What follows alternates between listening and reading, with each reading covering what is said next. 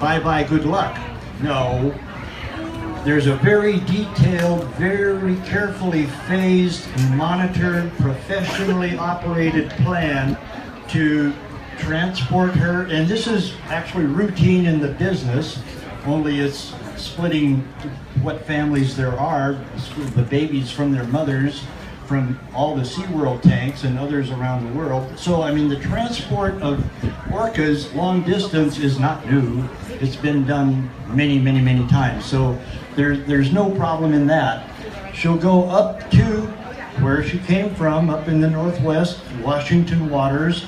She'll be brought out of the plane and down into a dock and lowered by a crane into a floating sea pen that is maybe 40 by 60 feet or so, where she'll feel her home waters for the first time.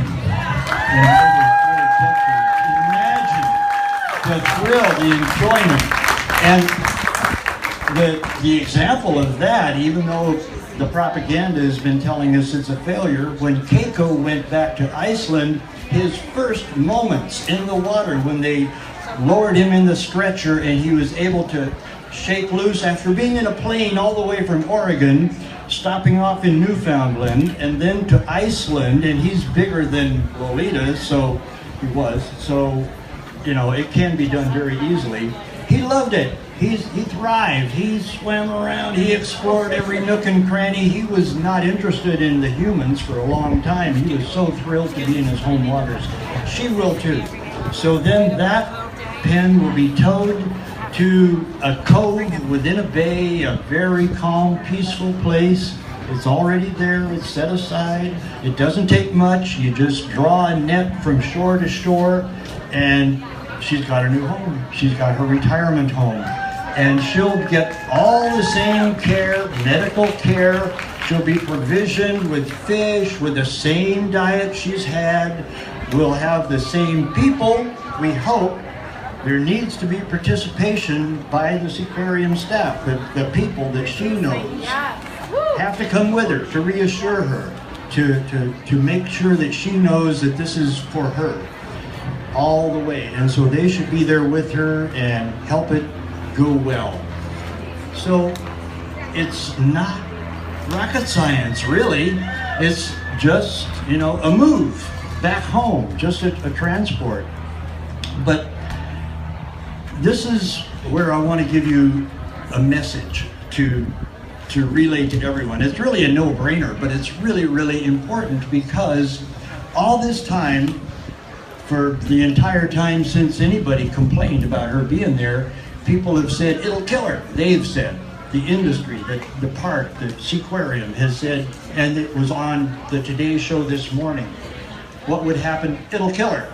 Yeah, that's what they say. Pure scare tactic. There's not a shred of truth, because where? What part of it? What are they talking about? You know, going into a sling? I mean, being transported, like probably, I don't know, dozens of whales have been transported over the years into her home waters, back to the water, the home, the habitat, her native sea that she knows so well. There's no danger. There's no part of that that has any real risk. She'll be taken care of. We're not going to just drop her, plunk her in the ocean and say bye-bye. She's going to have constant monitoring as long as she wants. It'll be up to her. For the first time, she's been dominated, manipulated, controlled by food deprivation, by all kinds of, you know, operant conditioning tricks, turning your back on her if she does the wrong thing, all that kind of stuff that they've been doing. She's been going along with that, but I don't think she's dominated.